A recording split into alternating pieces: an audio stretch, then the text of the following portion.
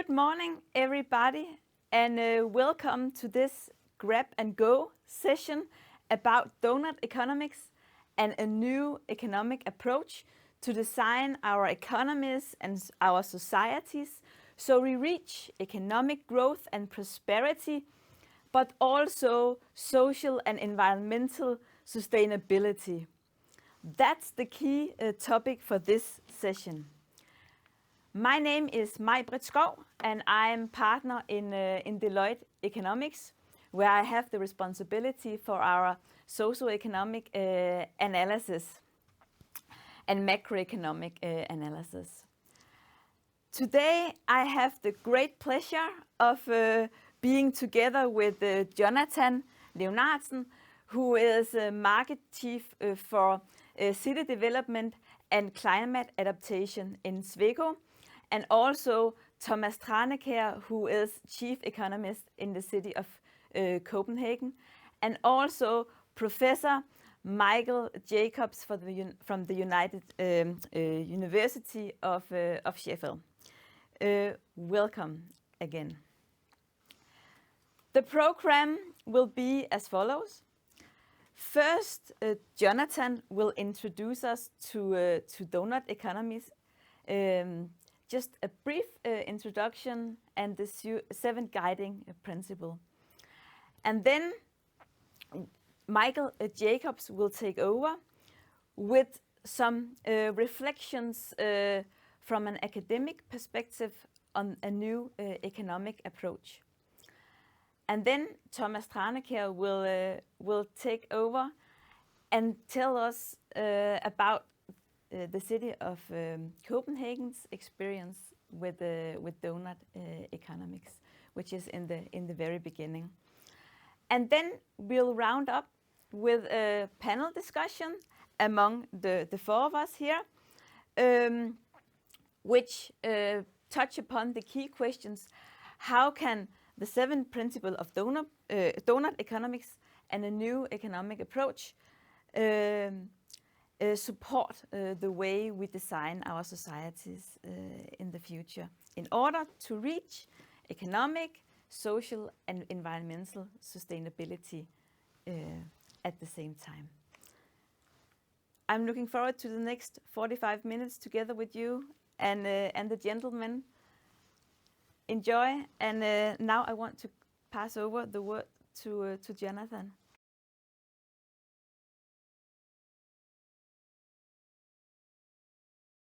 My name is Jonathan Leonardsen. I am, as Maj-Britt mentioned, the Market Director for Urban Resilience and Development in Sweco. Sweco is an engineering consultancy, one of the largest in Europe, and my job there is mainly to help our clients, the cities that we are working for, develop resilience, develop ways to govern themselves and to handle the current environmental challenges and as well as the future ones. And I've been brought on today as an economist to talk about what is Doughnut Economics. And basically, the Doughnut economic theory was started by Oxford economist Kate Raworth. A number of years ago, she published her book Doughnut Economics in 2017, where she laid out the general theory of the donut. Her basic sort of starting point was we need to move away from the classic way of thinking about economic growth. This is not a sustainable path for our society, for the planet. This classic thinking of a diagram with some lines going towards the northeastern corner, signaling endless growth, is not sustainable in the long run. And she was searching very desperately for alternatives to this classic economic theory that we as economists are taught every day during our time at university. but was always met with questions. Why is this relevant? Why do you care? And I'm pretty sure she was probably also met with, "You're a woman. This is not a topic to deal with." All in all, very unfortunate. However, what is fortunate is that Kate was very persistent and started changing the way we should perceive growth. So instead of having a linear or a exponential relationship to growth and having growth as an end goal, she started to see things more in circles. We needed to understand what is it that comes in to our economic system, and the economy here understood as the entire planet, as the entire ecosystems, as the health, social well-being of us as humans. We need to understand how do we take these, get these intakes, the biological nutrients, the technical nutrients, and make, consume, use, and then regenerate and restore, in order basically to have a more circular understanding of or relationship to our way of developing growth, our way of developing our society. So, continuing in this circle dimension, she then started looking at, well, we as humans have some basic needs. We need to have certain things, certain human rights, a quality of life that we need to fulfill. So she mapped out a number of how do you say, parameters that affect human well-being, our social foundation of living. This circle basically needs to be filled in order for us to have a good and healthy way of living. In the global north, we are very much on track on this point. However, there are still very many areas in the world where this circle hasn't been filled yet. We are still lacking very much behind when it comes to our social foundation. She then also said, well, we cannot just have, we need to also relate this social foundation to other aspects, such as what are actually our planetary boundaries. There is a limit to the resources that we have available, and how do we live within those confounds? How do we make sure that we, on the one hand, do not exceed our planetary boundaries, but at the same time still fulfill our foundation for a good social well-being? Combining these two circles, she then ended up with this drawing, the donut, basically saying that we need to be not in the inner circle and not outside the outer circle. Hence the donut expression. We need to find a way to balance our economic way of living, our social way of living, our way of drawing upon natural resources that make sure that we fulfill our social needs, that make sure that we do not exceed our planetary boundaries. Today, the situation, and this will be shown later on in the presentations by some of my co-presenters here today, we are not currently on track. We are exceeding some of the limits, and we are not fulfilling all of the social needs. The way to map this out in general is as such. This is the donut as Kate has drawn it, showing the ecological ceiling, so showing the social foundation, and then showing the safe and just space for humanity. This is how we need to think about how do we actually adjust our way of designing our economic systems, our way of designing products, our way of designing services. And to sort of round that up, in her book, she lays out these seven statements, 7 guiding principles.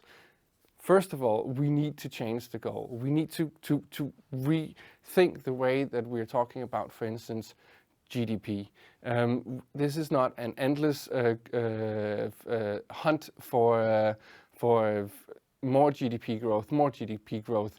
This is a goal for living within our planetary confinements, living in balance with our human nature.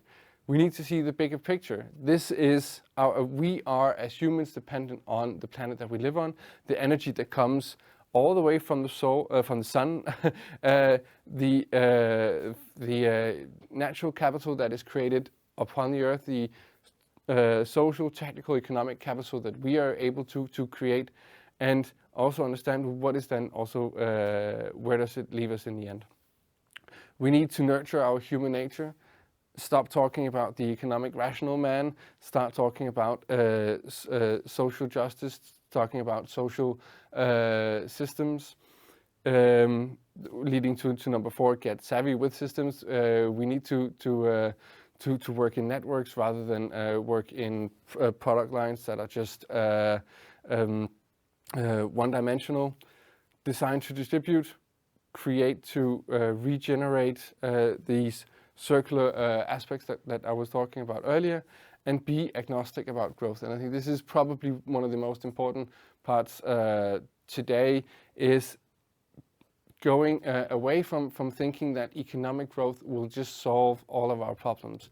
There are countless examples of how, for instance, ecological footprints and social well-being decreases as we are as GDP levels are increasing. However, there is little and hardly any evidence that once we reach a certain level of GDP and exceed that, and exceed our social well-being and the social foundation, that we are then actually also decreasing our environmental footprint, our overdraft on the planet's resources. These were a short introduction to the Doughnut Economic Theory by Kate Raworth. Yeah.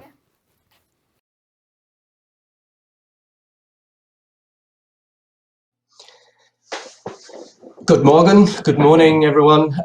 Thank you very much for having me with you today. I want to reinforce what Jonathan has said about Doughnut Economics. If we can have the first slide, please. So, as he says, this is a theory and a way of thinking about economics that came from this book by Kate Raworth. And the important thing I think to recognize about this is that the beauty and of the Doughnut Economics idea, and the reason that her book has become a bestseller, the reason we're doing a meeting about it today, is because she's found a very brilliant way of visualizing, of putting into a diagram really profound ideas about the way economies should work.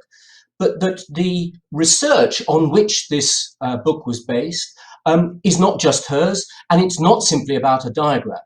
It is based on very serious and now very long-standing research on what it is that makes for well-being, human well-being, and for environmental sustainability. And this is part of, I would argue, a kind of counter-revolution in economics, which has been going on now for 30 or 40 years, in which economists have gone back to the roots of economics to say, what is it that achieves the twin goals that all economies, all people have always wanted, which is to live well in the present and to sustain your living well into the future. We might call those well-being and sustainability.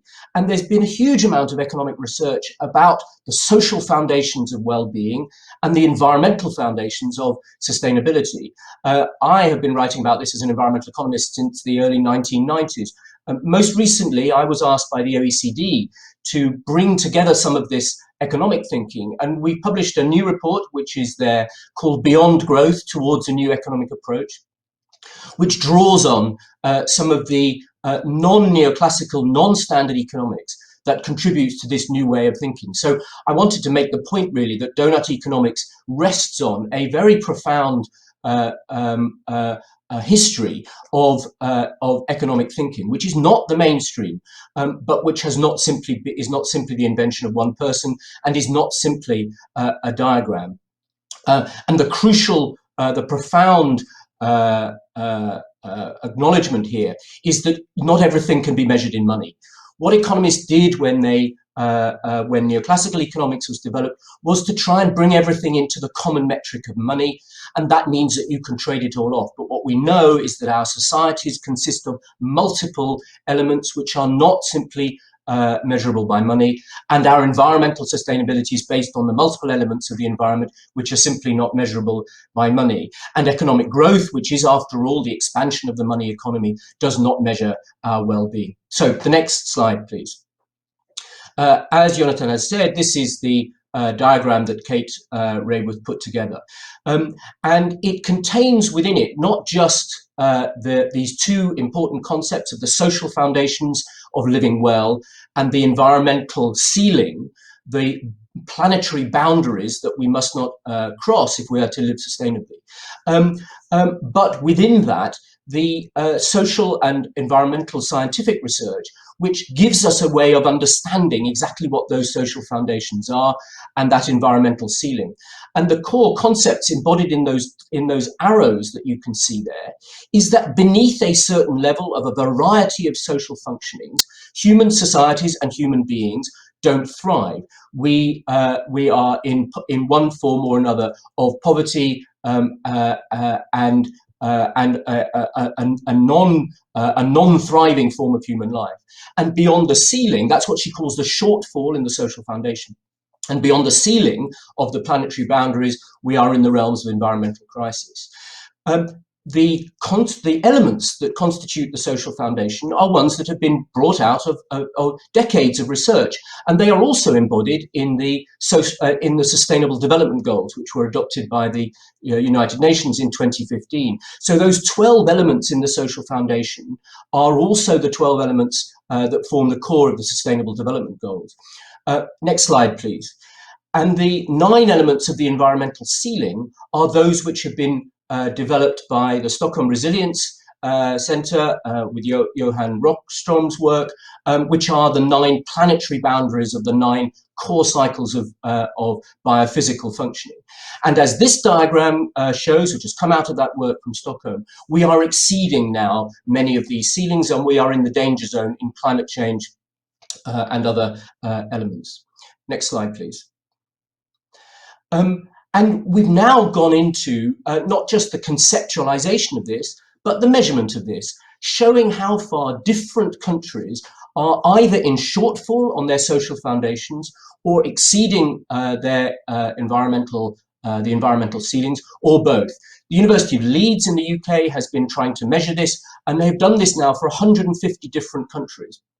And you can see here 3 typical countries: a very poor country like Rwanda, which is not exceeding any of the environmental thresholds, but is in shortfall in many of its social foundations. The UK, which is not in shortfall in most of the social foundations, but is exceeding the environmental ceilings, and a country like Brazil, which is in some way doing both of those things. So this is now very serious economic, social, and scientific research. Next slide, please. And we can see how countries map onto these fields. So on the left-hand axis here, you have the social thresholds, when societies can be said to be meeting their social needs, and on the lower axis, the biophysical boundaries. And what Kate Raworth calls the sweet spot for humanity is up in the top left-hand corner, when you have high achievement of social elements, but a very low impact on your environment. And of course, there is no country that is there. We have 3 groups of countries, broadly speaking: the poor countries who are not exceeding environmental thresholds, but also not meeting social ones; the rich countries in the top right, which are meeting social foundations, but exceeding environmental ceilings; and the emerging economies in the bottom right, which are exceeding thresholds without always achieving social foundations. So we have now a quantitative handle on these issues. Next slide, please. For cities, and obviously part of our conversation today is about the city of Copenhagen and how it is attempting to get into the donut. There are some very useful methods which Kate Raworth has developed. This one of trying to ensure that you are working both on your social and environmental needs, but also on your local and your global impact. Because of course in the north we are taking resources from the south of the world, We have a huge footprint beyond our own territorial footprint. And so we need to make sure that in a city, as in a company or a nation, or at whatever scale we do this, we are meeting both social and ecological and local and global needs. Next slide, please. This is a transformative process. To go beyond growth, as I put it, to be agnostic about growth, as Kate Raworth puts it, is to think differently about how we want to live, how our economies are run. And the two great principles that Kate puts forward for economies, which she would argue is how a city can get into the donut, are to move from a degenerative economic process which extracts resources from the environment and puts pollutants back into it, to a regenerative one which is circular in form. To move from a centralizing economy which concentrates wealth in small groups to a distributive one which distributes wealth and incomes and well-being across society as a whole. And this is a very radical, fundamental change in the way we work, and it requires us to think very hard about our own operations as well. Next slide, please. And Kate argues that for any organization, and this would be a city, authority, a company, Deloitte, or any other companies represented in the audience here, a university such as my own, or any of us must really think hard about how to move from a growth model to a thriving model. And she argues that purpose, networks, governance, ownership, and finance are the elements that any organization needs to think about. Next slide, please. And she has been developing through her organization, the Doughnut Economics Action Lab, a set of tools, advisory services and other things to help people do this. So Kate herself has moved on from simply writing the book to trying to put this into action. I'm absolutely delighted that the city of Copenhagen has taken this up. It is a real challenge to us all, but it's one that is not simply about a diagram. It's now about various, very serious social, economic and environmental theory and practice. Thank you. Thank you, Michael. Morning, everyone. My name is Thomas, as Michael said. I'm the chief economist in the city of Copenhagen, working with the urban economic development of Copenhagen. Very happy to be here and discuss Doughnut Economics and sustainable development. It's been very interesting to hear this theoretical introduction to Doughnut Economics. We could definitely have used that 6 months ago when we started working with this in the city of Copenhagen. My perspective will be a bit more of a practical perspective. We're working with Doughnut Economics and trying to implement it into the governance of our cities, both when it comes to the urban development and the economic development. Just a bit of background on that. We were asked this summer by a broad majority of the city council to start working with Doughnut Economics and try to develop a model for how the Doughnut Economics can be part of the city governance model. And we figured out that it was not that easy. So we spent a lot of time discussing with both Kate, her team, and Doughnut Economics Lab and Amsterdam, which are at the forefront of this, and also like a bunch of actual experts within the different fields. So I'll try to just share some of our experience at this rather early stage when it comes to implementing Doughnut Economics as an actual governance model. First, just a little bit of context. So as well as Denmark is well known as being at the forefront of the green development as well as the economic development, so are Copenhagen when it comes to cities.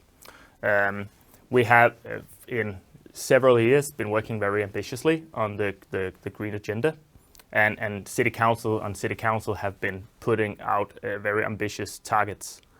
That means that we are positioned so that we are rather green in our footprint, and at the same time we have a large growth and also a strong economy. So actually 40% of the GDP in Denmark is produced in the greater, wider Copenhagen region. That agenda is still very strong in the city. So for now, our main goal when it comes to the green agenda is carbon neutrality in 2025. We've been working on that for some years. And when we talk about carbon neutrality in this sense, we talk about it as all like production-based carbon neutrality. So all the carbon produced within the city border. So that is the heating of the houses, the mobility in the city, etc. And we're looking into how can we be neutral when it comes to that in 2025 by both lowering the footprint from the utility sector, as well as investing into carbon negative neutrality, negative technologies. For instance, that could be carbon capture, which is a huge project in our waste management company, but also investing in green energy like wind, etc. So that is the target that we are running for now. And the thing about Doughnut Economics and the way it was put into to play is what should be the next step after this target. And that was where we were asked to look into the Doughnut economy as a way, of the Doughnut model as a way of looking into the future green development of the city. And as we see it, we look into 4 steps in our implementation plan. We figured out that there's a long way from all this very good theory on a global scale to like a citywide perspective that is implementable and manageable and trackable.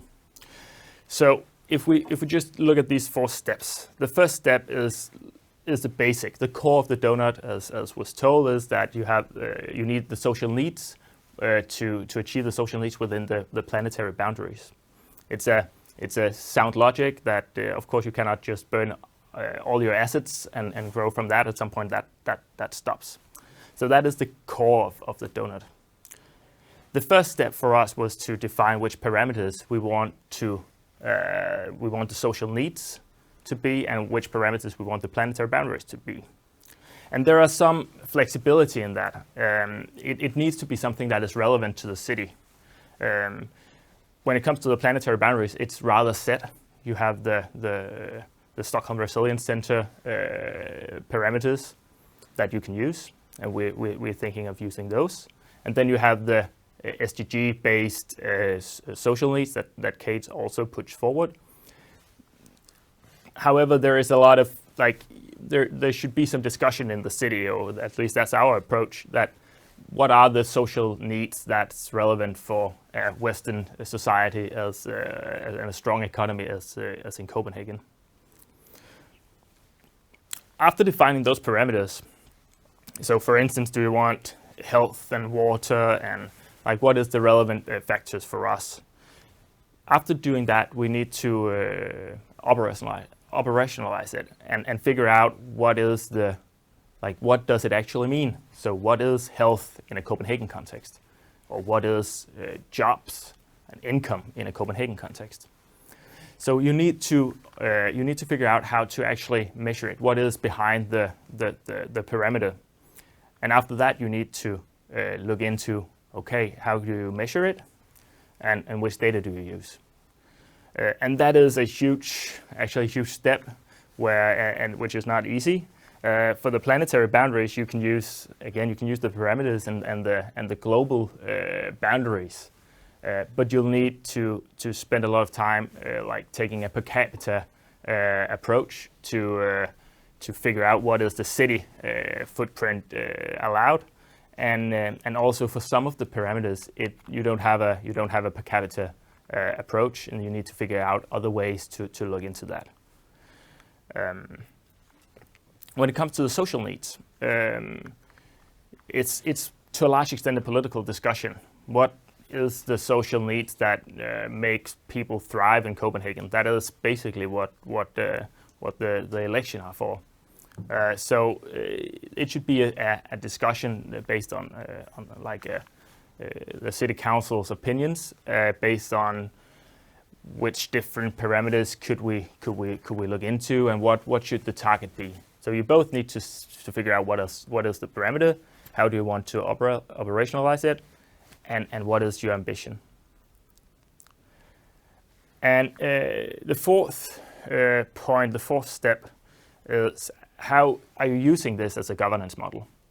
So there's a long way from actually looking into these parameters and getting it into like a real governance model that is relevant for the priorities that a city council needs to make. And it can be all from one snapshot of the city, like the where do we stand? It can be a yearly publication, or it can be something that you manage all your bigger, larger projects based on, okay, how does this fit into the donut? So those 4 steps are what we are looking into, and of course, depending on how you want to end it in the governance model, it will have to be reflected in the parameters. As I said, this journey has turned out not to be that easy. It's a long way from the global and theoretical perspective to a city and more practical perspective. And some of the challenges we've reached so far in the implementation that we need to handle, that we're facing, can be divided into 2. There's some conceptual challenges and some practical challenges. The conceptual challenges is that the donut in a local context, as I said, a lot of these parameters are global in its sense. We need to make those local. The donut as a mean or an end, we look at it as a mean, but what does it end up being? Is it a target to get into the donut, or is it a frame? We look at it as a frame to grow and develop our city. And then you can use the donut as to guide policy, create policy, or evaluate policy, or you can use it for all 3 things. That depends on how ambitious you want to be when it comes to how much effort you want to put into it, and what is possible to do in a manageable way. The practical challenges, as I said, which parameters and data do you have to use? What do you have? Which data do you have, and what is actually possible? How do you link these parameters to the decisions made by the city? It does not make a lot of sense for a city donut to be only consistent of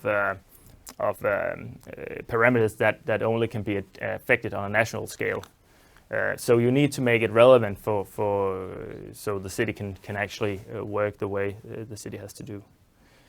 And then the last one, and probably what has turned out to be the most difficult one for this point at this point in time, is how do you make this relevant and manageable, while at the same time being true to the concept, and by making by talking about relevance and being manageable, I'm thinking about you need to make it make the donut not too thin, so you need to have you need to have some kind of political maneuver. Room for maneuver, so you can actually use it in the hard prioritizations. And when it comes to being manageable, you need to define the parameters and the data that does not take a year to construct, and that might also have to be a little bit more instant than some of the figures on the environmental side, for instance, that you cannot see before like some years out in the time.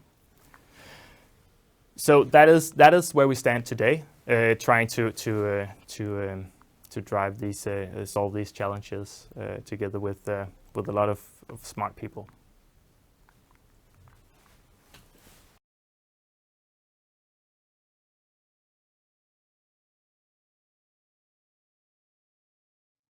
Thank you so much, Jonathan, Michael, Thomas, for explaining the theoretical and practical implication of Doughnut Economics.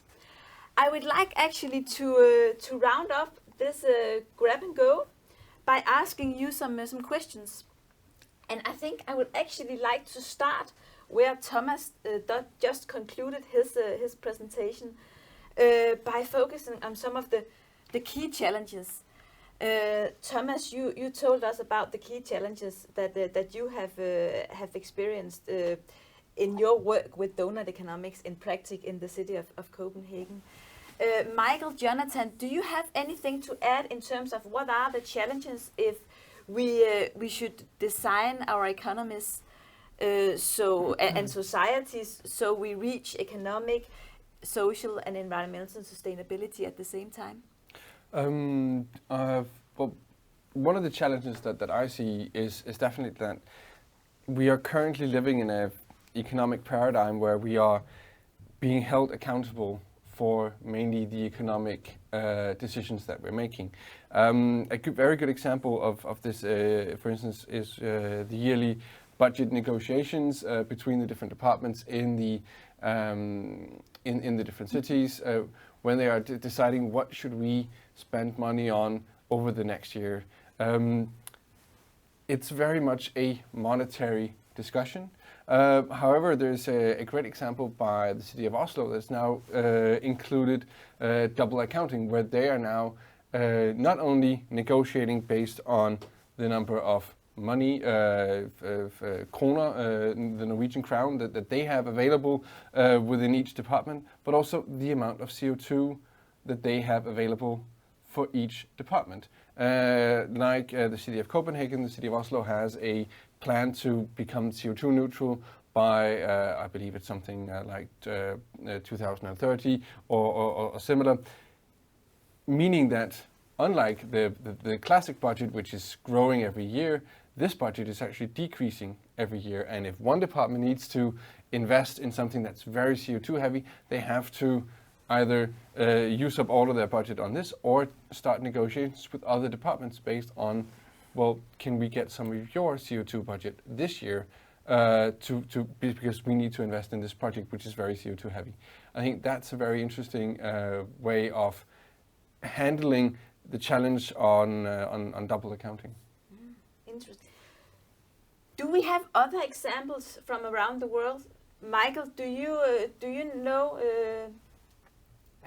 someone who has worked with this concept?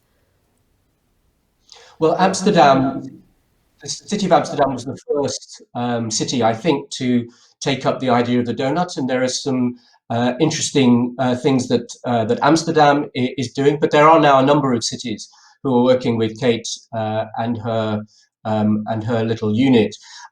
I think the other interesting model to add to the one that Jonathan has just said is a mechanism which doesn't emerge out of the donut, but which has been done for some time in other places, which is participatory budgeting, where you ask the public to take part in the budgeting process, to identify what the priorities are in a deliberative form, where groups of citizens are brought together. A number of cities around the world have tried doing this. And the interesting thing about that is that in general, when you ask the public, they are not focused on economic growth alone. They are focused on the range of things that make up a thriving community and city, and their own individual and social well-being.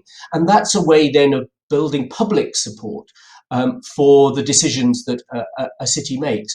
And in the end, this is critical because obviously cities are democratically elected organizations, national governments the same, and this has to have public support. So participatory budgeting, I think, is also part of the solution set here. Two good examples.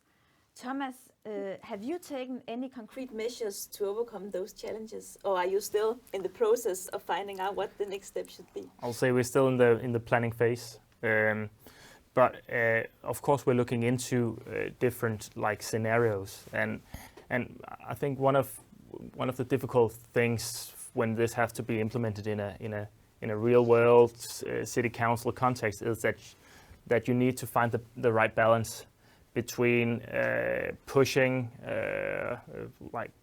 for instance, the planetary boundaries, and also making room for what the politicians and the citizens also care about, that is the social needs. And if you make the donut, as I said, if you make it too narrow, there's a risk that it will not really be used. It will be a place for discussion, but it will not be used as a governance model. And I think that is the difficult part of the task that we've been put to, is that it should be a governance model in the end. That is the request. And whereas in for instance Amsterdam, which is we've been seeking a lot of inspiration from them. At this point in time, they're still working on the same, like how can we do this a bit more of a governance model and a bit less of a dialogue model. In your answer, I also hear a kind of advice that there has to be a focus on the governance model in order to be successful in implementing this way of thinking. Yeah, at least if you wanted to make a real impact, as from our point of view, you need to find that right balance, and you need to make the best not be the enemy of the good, so to speak. That was well said. Michael, Jonathan, I just want to give the word to you for a final advice to policymakers wanting to work with this Doughnut Economics way of thinking and a new economic approach. Yeah, well, I would. I think picking up from what Thomas has just said, I completely agree that using it as a governance model is key in order to make it successful. And thereby my advice would be, just do it. Go out, start talking about it, start trying to see how can we implement it. It might not be perfect the first time around, the first budget cycle or the second budget cycle, but start working with it. Start figuring out how can our business model start adapting to becoming more regenerative, for instance. Are we producing glasses that just need to be thrown out afterwards, or how can we absorb some of that into our cycle? The subscription economy is a interesting example as to that. So that would be my general advice. Michael, from your research-based perspective, have you anything to add? I think what's interesting here is you've heard very honestly, I think, that this is not easy, and it shouldn't be easy. We're trying to change a model which our economies have run on, but also our heads have run on for a long time about what makes for economic success. And so this shouldn't be easy. It should be something that we really have to think hard about, and it's a real challenge to all of us, whether we're working in a city or a company or consultancy services or universities. What I think it's important to do is to talk about it. So this isn't a technical exercise. There will be lots of technical work involved, as Thomas and Jonathan have explained, which is difficult. But it's also something which captures, in my experience, people's imagination. And after all, we need very big political decisions to be taken by our governments at city level and at national level, and of course at international level. This year is the year of COP26, the big climate change conference, at which countries have to renew and strengthen their climate commitments. It's also the big biological diversity conference, where we need to properly embed ecosystem and biodiversity limits into our economic system. These things have to have public consent. So the other aspect of this, I think, is making sure that you've got a public communication going on with citizens, with your employees in a company, so that people begin to talk about this, begin to understand the concept, because this needs to become very deeply rooted. This can't simply be some experiments in some places. In the end, all of our societies, all of our economies have got to live with strong social foundations and within those environmental ceilings. So that this must be something that is becomes part of the public conversation as well as a private technical one. And let that be the final word. I want to complete this grab and go. First of all, by thanking Jonathan, Thomas, and Michael for your participation. And thank you to all of you, I'm sorry, who has been listening out there. If you have any questions, feel free to send me an email or give me a call. Thank you so much. Have a nice day and stay safe.